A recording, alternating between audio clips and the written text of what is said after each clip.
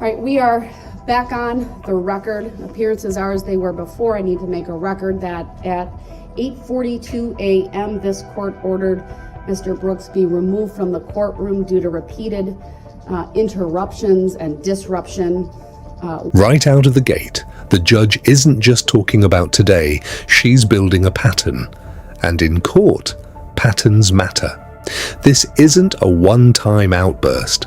This is a history of disruption stacking up piece by piece. So, the real question is, how much patience does a court actually have before it draws the line? With the court, this of course comes on the recent history with Mr. Brooks. On every day that we have been in court since Monday, he has shown a complete and utter disrespect for these simple rules. And here's where courtroom etiquette becomes more than just manners, it becomes law. Judges rely on order to ensure a fair trial. Once that's broken repeatedly, it opens the door to serious consequences, including removal. And yes, that can directly impact a defendant's own case. Of civility. He has been removed from the courtroom multiple times. This morning alone, he started interrupting this court within a minute of the court calling the case. I should also make a record at the moment he is muted because of the way that he was removed from the courtroom. And now, this is where things escalate fast. We're no longer talking about interruptions, we're talking about behavior that could be perceived as threatening. Taking off a shoe, refusing compliance. That's the kind of conduct that shifts this from disorderly to potentially dangerous. His conduct since, I have been given just a bit of information about it. I will advise everyone that I have required that the Sheriff's Department file a written report with the court regarding Mr. Brooks's conduct. I'm told that he would not sit down while in this courtroom in order to have the shackles removed so that he could be taken to the other courtroom, that he was resisting, that at one point he took off a shoe and it appeared to the deputies that he was going to throw the shoe. You can see that he is seated with his back to the court or to the camera. He took his shirt off as well. I'm also told that he is threatening to throw and break items. I want to give him headphones since he has claimed in the past to be hard of hearing in one ear, but given his statement that he would throw and break things, unless he can pledge to this court that he will not do that, I'm not going to provide that information. I will advise that the audio in that courtroom should be turned up accordingly so that it is louder than it has been. I've also been advised that the audio and visual equipment is working in that courtroom. The deputies that are in there can see and hear the court through the Polycom system. Today is a little bit different in that there is no Zoom.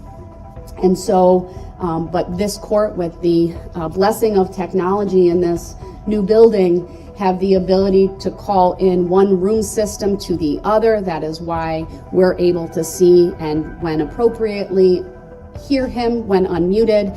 And then there are the 4 camera angles that are presently from this courtroom. I have the camera in the other courtroom on a single camera since he's the only individual in there. This court has, in essence, extended this courtroom to the neighboring courtroom. While there is ample evidence in the record, not only through the proceedings up to this point, but this morning alone, that through his conduct, he has forfeited his right to be present. I'd also make a finding that he is appearing from that courtroom, and that because of the audio and visual equipment and system that we have in place, that it is the functional equivalent of being present in this. Let that sink in for a second. This is happening during an active trial. Imagine being in that courtroom. Would you feel safe? Would you feel like justice is being served or completely derailed? Courtroom. This court has relied repeatedly on Illinois versus Allen. I've read portions of that case into the record. I don't intend to go through that at length here today, other than to indicate that trial judges that are confronted with disruptive, contemptuous, stubbornly defiant defendants must be given sufficient discretion to meet the circumstances of each case. No one formula exists for maintaining the appropriate courtroom atmosphere will be best in all situations. And in that case, there were at least 3 constitutionally permissible ways for a trial judge to handle a stubbornly defiant defendant, which this court would find Mr. Brooks squarely has become and has demonstrated over the course of these last few days. One option is to bind and gag him. I've already talked about at a previous hearing why I choose not to do that. Cite him for contempt. I choose not to do that either. The third is to take him out of the courtroom until he promises to conduct himself properly. Mr. Brooks today, of course, showed up in court from the jail in his jail attire. He does that by his choice.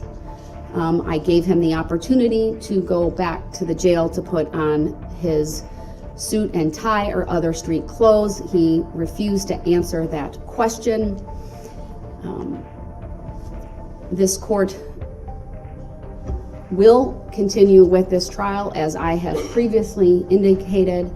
There are many resources that have been put into bringing this day to bear, and it is important for all involved that this trial continue. Again, Mr. Brooks is given the opportunity to appear from that other courtroom.